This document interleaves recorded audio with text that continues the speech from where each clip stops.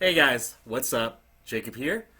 What I want to talk about today, this is going to be a different video from most. I'm going to show you some really groundbreaking stuff. It's going to be a special treat for you all. I just want to quickly show some stats. It's 13 days into June, and I've grossed over 13,000 in only 13 days. I have been working on just like scaling up my publishing business, and even though gross revenue isn't everything, in my opinion, I think profit is, bottom line profit is. My bottom line profit's getting better, and I'm averaging right now, like, well, this is pretty self-explanatory. It's not even a screenshot. It's all in real time. Since June 7th, I guess officially, I've been grossing at least 1,000 a day now and been able to hold it. And I do intend on holding gross revenue at around 1,000 a day, and I'm profiting anywhere between, depends on what's going on, but between 400 to 700 a day in profit, baby. So with that in mind, I am on pace at making a little bit over 1,000 a day, give or take.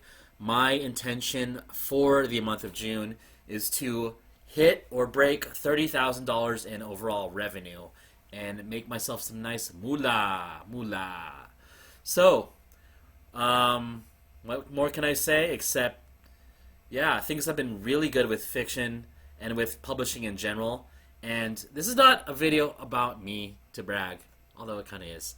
But I'm actually going to do you a favor. I'm going to actually break the code of silence that's been going on with the top publishers. Because, guys, and I'm going to just tell you straightforwardly, like, you will never have the top publishers giving you out free information.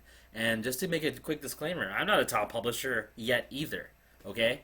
So, I'm just going to risk myself here. This is probably a video that I'll be asked and demanded to take down by certain people. But I'm just going to do you this one favor, this one time, and let's see how this goes. I'll actually go ahead and break the code of silence with what the top publishers are doing in both nonfiction and fiction, but they're not going to tell you what they're doing. But I will reveal it right now, right here. Let's do it. So, just general forewarning, fair disclaimer. This is going to be possibly the most. I should have just charged for this, honestly. This could have been a presentation for my September event, quite honestly, but I'm going to give it away for free today. Okay, so this is super advanced Kindle publishing information, in the context that this might not yet be immediately applicable for your business at this point of your stage of your publishing career, so to speak. But if you're a beginner, I want you to maybe watch this video and be cognizant of what options are available for you, what you should be looking to build towards eventually in the future. Or if you're an intermediate, I'd say like maybe someone approaching 5 to 10 grand a month with nonfiction publishing, specifically. This is something that you want to also watch and see this as like an overall blueprint, ecosystem, better word, ecosystem for how you should be developing your business. And I will show you some actual stuff. This is not clickbait. Now, if you're in fiction publishing and you're watching this, this is going to be some really good stuff. If you're like really good and you're watching my video, number one, why are you watching me? But number two, this might be stuff you already know. But unless you're making at least 20 grand a month with fiction, this will probably be new stuff to you. And with that, I will confirm the existence of inner circles. They do exist, inner circles and masterminds, where the best publishers actually do team up with each other, guys. Whether it's to share information, whether it's to cross promote, okay, whether it's just to learn from each other. I own my own mastermind. I can't really. I have to watch what I say on YouTube, but basically, wow, I said basically, guys.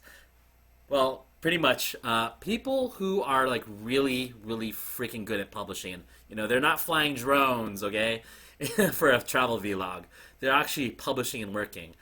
You will never ever see the best publishers appear freely on YouTube giving you advice openly about what they really do to make big bucks. It's just part of, I'd say, not even like maybe the culture or like the overall atmosphere, especially with fiction publishing, guys. With fiction publishing, there's just this high veil of secrecy with information, and I do respect that.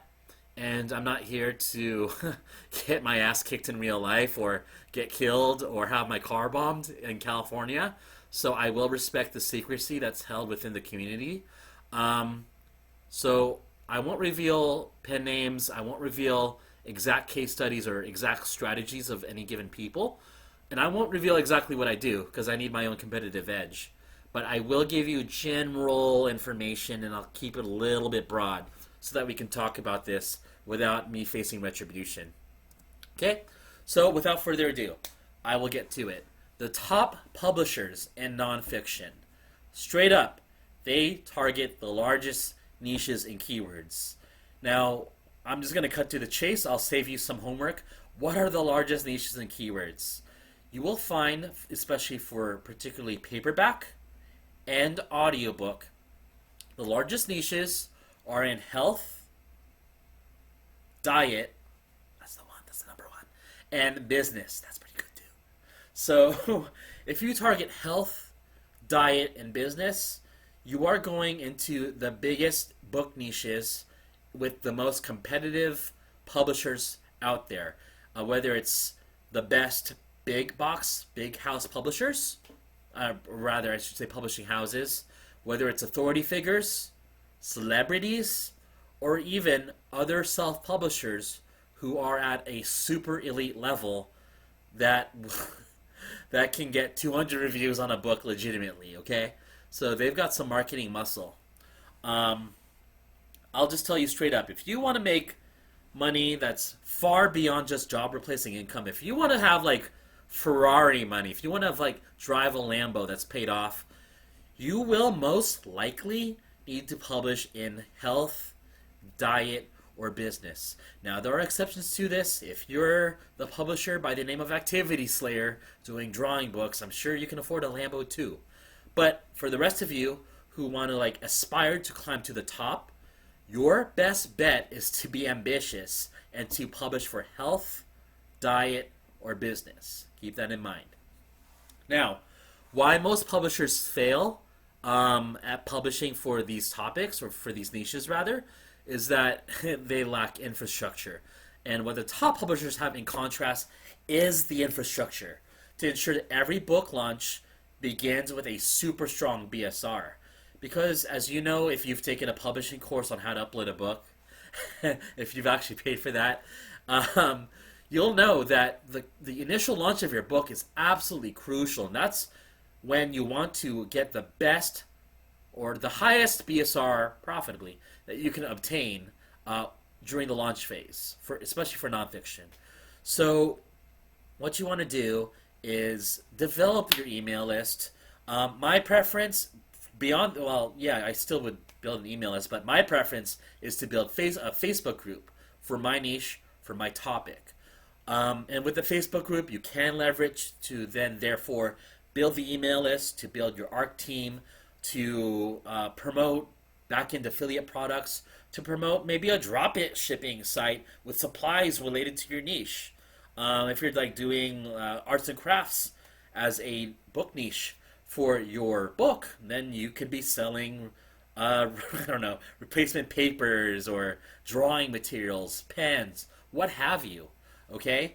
And even a level above that, because that's always mentioned in YouTube videos, okay? The level above that is to have press releases, go to conventions, talk about your book, go do book signings, get booked at a Barnes and Nobles, and if you have connections with an agent, get that done. One of my former powerlifting coaches, he did it. He did. He actually did a podcast, and I won't give the exact name, but one of his best friends went on the Joe Rogan show and promoted his book. Okay, so if you can get access to Joe Rogan and get a podcast with him and promote your book, guess what? You're gonna make sales. Now, I'm not saying that everyone should strive for booking with Joe Rogan, but if you can even do something on a smaller scale perhaps, and get booked within your niche. Find some authority figures you can lend some value towards, and get some things done to promote your books and make yourself like more of an authority figure or celebrity that way. That would be awesome. So that's what you got to do. Now, this one's hot. I will talk about this in further detail. The top publishers in nonfiction often employ a multiple pen name strategy. And guys, I'm not talking about creating multiple pen names across different niches. I am talking particularly about creating multiple pen names for one niche and oftentimes one keyword. Now, that it might be foreign to you as a concept, if you're somewhat starting out with with nonfiction publishing, or even if you have just not maybe talked to a lot of creative people or masterminded with creative people, this is what's being done by the top publishers, and I will explain this in further detail on how to execute it in this video. And as a result of either having the infrastructure in place to ensure your book launches are strong, or using a multiple pen name strategy, what you're going to essentially do is encircle, you're going to trap, you're going to dominate a keyword and pretty much corner the market, or try to corner the market for a given niche, okay? So let me take a moment to talk about the multiple pen name strategy, because this is, again, not about creating multiple pen names for different keywords and pumping out books, okay? This is about creating 2 or more pen names for a big niche, okay? Now, each pen name will have its own respective series, its own catalog of books. So I will give you actually a very exactly applicable keyword and an example. Let's say you have Jacob Rothenberg doing the ketogenic diet, and Jacob Rothenberg comes out with 5 ketogenic low carb, well, what am I saying?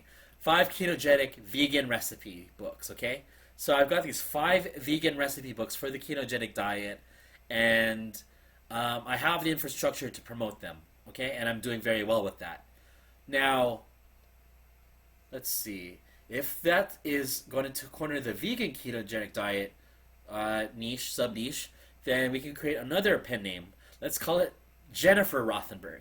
Okay, now Jennifer Rothenberg decides to do a ketogenic diet series for the general ketogenic diet niche, okay?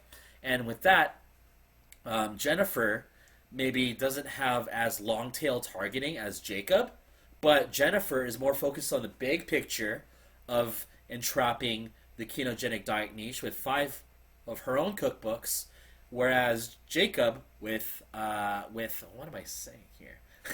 With the vegan cookbooks, encircles something long tail, but focuses on dominating something more sub niche. Okay. Now, with that being said, and that's just one example, guys. There's probably better examples out there. Or you can even have one pen name doing ketogenic diet books and going super hard on marketing, and just having another pen name doing ketogenic diet books and going hard, okay, in the general topic of that niche. Now, what you can do with that, and what most publishers who are doing very well are actually doing, is that they're bidding high on AMS, using their entire catalog of books to flood the top AMS ad listings for their keywords. So let's say you're searching the ketogenic diet on Amazon for books, and all you'll see is Jacob Rothenberg, then Jennifer Shanky, then Jacob Rothenberg, and then there's Jacqueline Smith. And with that, if there's Jacob Rothenberg, there's Jennifer Shanky, and there's Jacqueline Smith, all as top ad spots, the customer ends up thinking that they're choosing between different authors. They're going to choose between all these different books and try to compare one to each other. And they're going to compare different authors. But guess what? All these different authors end up pointing to you, and you make all the money regardless. Now, that is under the assumption that you take over all the top ad spots, and I do teach that in REVELAVI. I'll give you a link to that below if you want to check it out. Otherwise, that also assumes that you can get organic traction to the point of ranking page 1, if possible, for a given keyword among different pen names. Okay, so that's imperative too for this strategy. And this is going to be, if you're just starting out, this is kind of hard to implement. I'll just say it now. And if you're intermediate, if you're making like 5,000 a month, I'm going to call it intermediate. Okay, just deal with it. You probably haven't yet built the like your social media groups out fully, or you're not yet fully utilizing it, or you don't have a lot of books out yet. You need to continue developing that, and once you flesh it out, and once you can find a keyword where you can flesh this out and get it running, this is going to work super well. So try this. I know this is a free YouTube video, and you didn't pay for this. I know this could be a little bit sketch. You're probably skeptical. But if you're out here watching this video, try what I'm telling you. Just think of the rationale of why this works, implement it, and let me know that it worked and you're making money from a free YouTube video. Okay? Deal. So, let me sum up nonfiction at the highest level, because I actually know a publisher that makes $50,000 a month, and most of it is profit in nonfiction. Believe it or not. I know it sounds like I'm blowing smoke, that I'm BSing you, but I actually know someone, and I have a whole circle of publishers who are making 5 figures a month in nonfiction that I talk to, legitimately.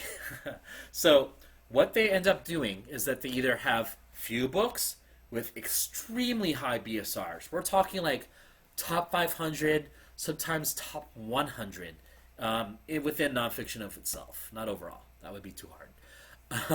Top 500, at least. Okay, if you can do that, you're going to make a lot of money in nonfiction. Or, and what's more realistic for most publishers is to have a spread of books, just like several books, let's say 20 to 30, that most of them, or at least a decent amount, I would say, have a very good BSR rankings. And I would say very good being 3,000 or better, or even like 5,000 or better is fine. But if you can maintain like 20 books that have a BSR of 5,000 or better, you're going to make pretty good money, okay? And what that takes is, again, building up your marketing muscle and running paid ads and being good at it. So again, I can't say this enough, guys. Infrastructure for promotion and marketing. I know it gets repetitive and that it probably seems like too much work and it could be unnecessary to you. If you're starting out and you want to make a quick buck with Kindle publishing, I get it.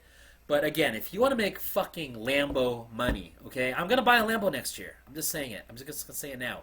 I'm going to buy it, and I'm going to prove that this is necessary for publishing. I'm going to get a Lambo, and I'm going to say the word infrastructure. I'm going to actually get on my license plate infrastructure and somehow fit it on there, okay? Infrastructure. Build it. And the whole overall mindset is the domination strategy. Like, okay, if you want to like really do well in nonfiction, you got to go big. You got to think big, all right? You can't be doing books about aquatic gymnastics for 5-year-olds, okay? That's too long tail. If you want to go big, yeah, you got to face against the big dogs in something like diet books, cookbooks, what have you, perhaps like business investing.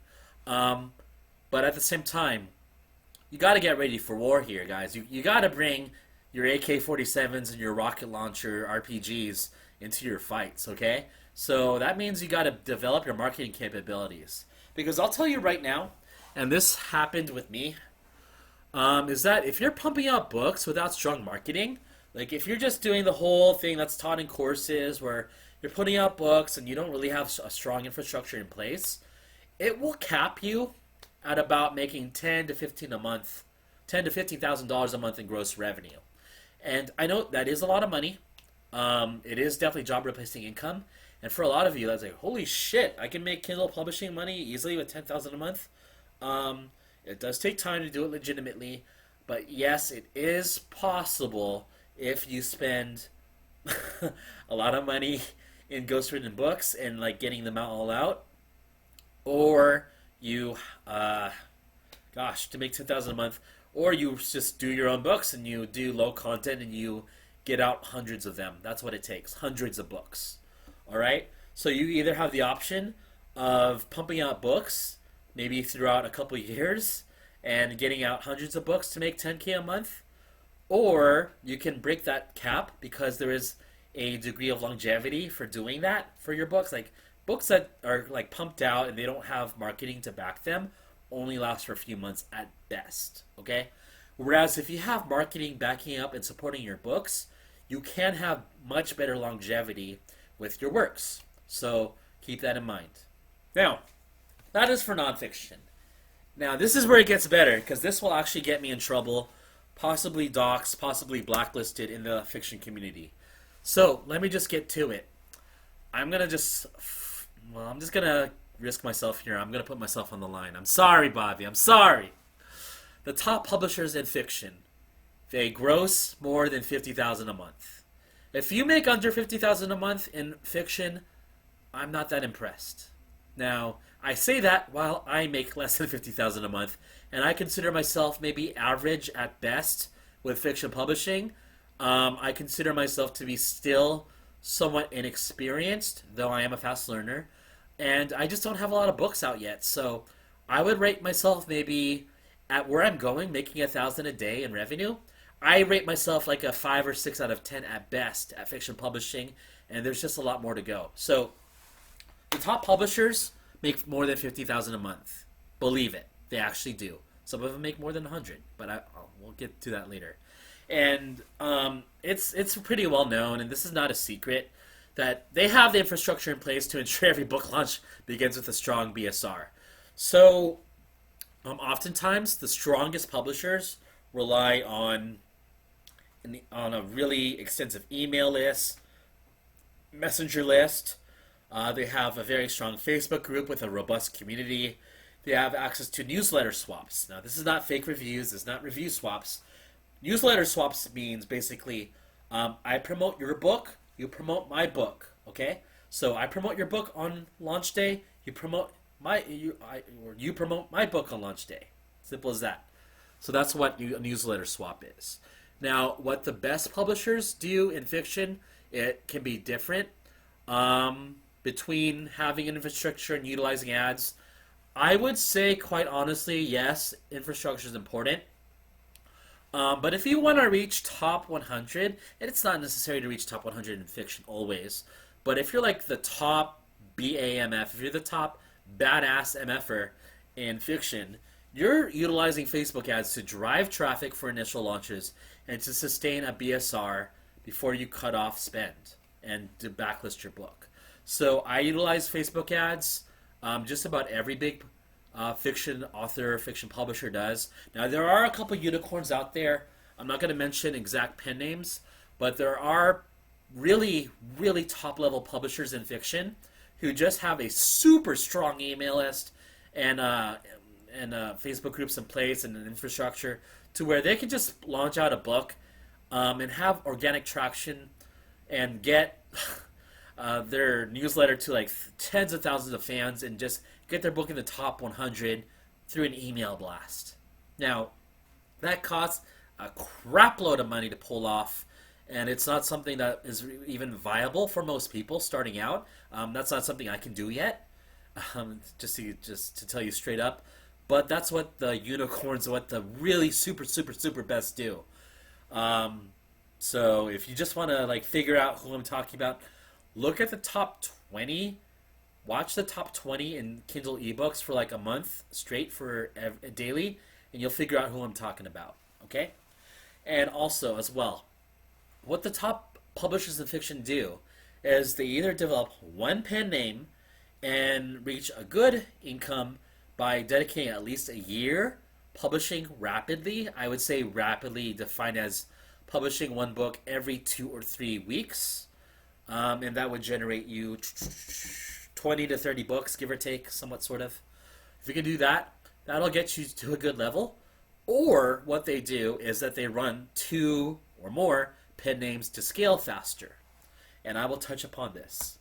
So first, let me say why pumping out fiction books under one pen name is bad. Okay, this is important because if it were so easy to just develop one pen name and publish every 3 days, okay, with a full-length novel, I think everyone would be doing fiction publishing and making like millionaire money. But that's obviously not the case. So let me explain why and what what to do to counter that. So, why pumping out fiction books as one pen name is bad? Okay, just keep in mind, guys, fiction readers, fans, they assume that authors that they're reading from actually write their books. Okay? So, the average real fiction author writes only maybe 4 to 5 books a year at the most. Why? Because on average, again, average. There are freaks out there, but the average fiction author can maybe only write 5 to 6,000 words a day. There are some that do 10,000 a day. Yeah, they're out there. But it takes a couple months to write a full-length book. And then there's the overall pre-press process. There's the editing. God, that can take a while. The formatting, the marketing, the cover design. All that stuff can take some time to do for big releases, okay?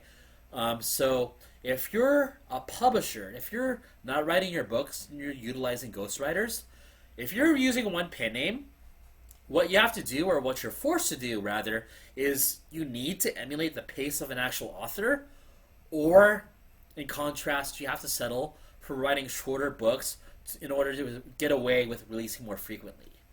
Now, I do know people who write shorter books and release more frequently, and that is a viable strategy, certainly. I prefer the former. I personally recommend that you, if you're going to be ghostwriting your books, that you emulate the pace of an actual author. Okay? Why? I'll tell you why. Readers are not stupid, okay? If you're releasing a 60,000 word novel every 5 days, that's humanly impossible, guys, okay? That's just not possible. So it's like being on steroids and bench pressing 1,000 pounds when everyone else is bench pressing only 400 in competition. All right, something is up. Something is wrong. So if you're releasing these full-length novels like every 3 to 5 days, they will know you're using a ghostwriter or ghostwriters, and they will shit on your brand. You will get bad reviews, and you will lose readership. Okay, straight up.